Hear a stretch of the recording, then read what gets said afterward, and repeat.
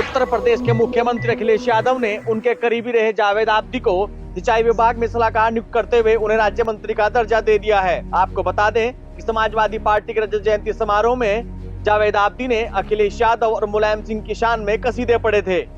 इस बात को लेकर शिवपाल यादव ने धक्का देकर जावेद आब्दी को मंच से उतार दिया था। हालांकि इस फैसले को अखिलेश और शिवपाल के बीच ताजा विवाद के तौर पर देखा जा रहा है। हालांकि अखिलेश यादव ने करप्शन के मामले को लेकर 13 अगस्त 2015 को राज्य मंत्री का दर्जा पाए और पॉल्यूशन बोर्ड के अध्यक्ष जावेद आब्दी और बोर्ड के सचिव JS यादव को बर्खास्त कर दिया था। राम कुमार पुंडीर, पंजाब केसरी टीवी। 2017 विधानसभा चुनाव नजदीक आते के साथ ही विवादित बयानों का सिलसिला शुरू हो चुका है। इसी क्रम में बागपत के समाजवादी युवजन सभा के जिला अध्यक्ष तरुण यादव का एक विवादित वीडियो वायरल हुआ है, जिसमें उन्होंने प्रधानमंत्री नरेंद्र मोदी और भाजपा के राष्ट्रीय अध्यक्ष अमित शाह का सिर कलम करने वाले को उचित इनाम देने की घोषणा की है। साथ ही तरुण यादव ने कहा कि गोधरा कांड के मुख्य आरोपी यही दोनों लोग रहे हैं। अब देखना यह है कि विवादित बयान देने के बाद तरुण यादव पर क्या कार्रवाई होती है और आने वाले वक्त में क्या ये विवादित बयान थम पाते हैं या नहीं। कैमरा पर्सन मोहम्मद मदर के साथ आदिल रहमान, बागपत, पंजाब केसरी टीवी। भाजपा की परिवर्तन यात्रा में गरजे राजनाथ सिंह। बीजेपी की परिवर्तन यात्रा शुक्रवार को फतेहपुर पहुंची।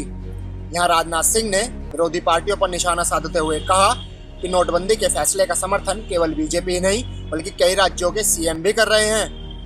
वहीं उन्होंने ये भी साफ किया कि केंद्र सरकार ने नौजवानों को रोजगार देने के लिए 10 लाख रुपए के मुद्रा लोन की शुरुआत भी की है, जिससे कई लाख लोगों को रोजगार मिलेगा। राजनाथ सिंह ने इस दौरान ये भी कहा कि राज्य में न बुआ की और न ही बबुआ की सरकार बनेगी तो केवल कमल के फुलवा की। वहीं राजनाथ सिंह ने यह भी कहा कि राज्य में अगर कमल की सरकार आती है तो अपराधी सड़कों पर नहीं सलाखों के पीछे होंगे।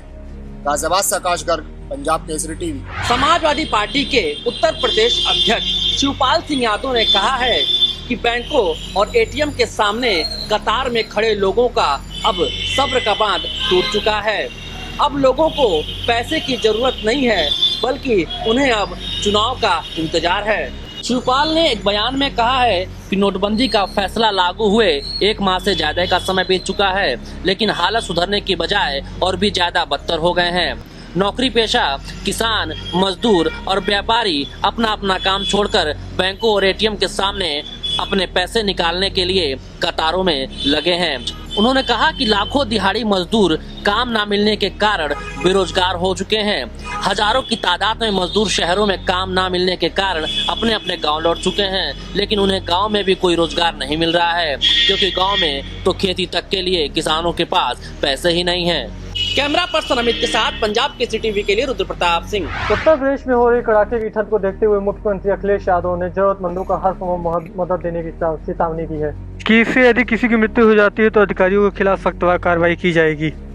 साथ ही उन्होंने कहा कि भीषण ठंड और शीत लहर को देखते हुए खासतौर पर गरीबों और नशों को हर हाल में मदद मिल जाए, अलाव चलाए जाएं और उन्हें कंबल वितरित किया जाए। सभी जिलाधिकारियों को निर्देश दिए गए कि इस आशय के निर्देश में कहा गया कि ठंड से किसी की मृत्यु नहीं होनी चाहिए। व्यवस्था ऐसी की जाए जिससे शीतलहरी के प्रकोप से लोगों को राहत मिले। उन्होंने कहा कि अस्पतालों में दवाओं और अन्य सुविधाओं की उपलब्धता रहनी चाहिए। शीतलहरी या ठंड की चपेट में आने वाले लोगों का इलाज तत्परता से किया जाना चाहिए। जानकारी के अनुसार पिछले 24 घंटे में कोहरा और जनवरी घटनाओं के में सूबे से कम 16 लोगों की मृत्यु हो चुकी है। अक्षय सौन, पंजाब केसरी टीवी।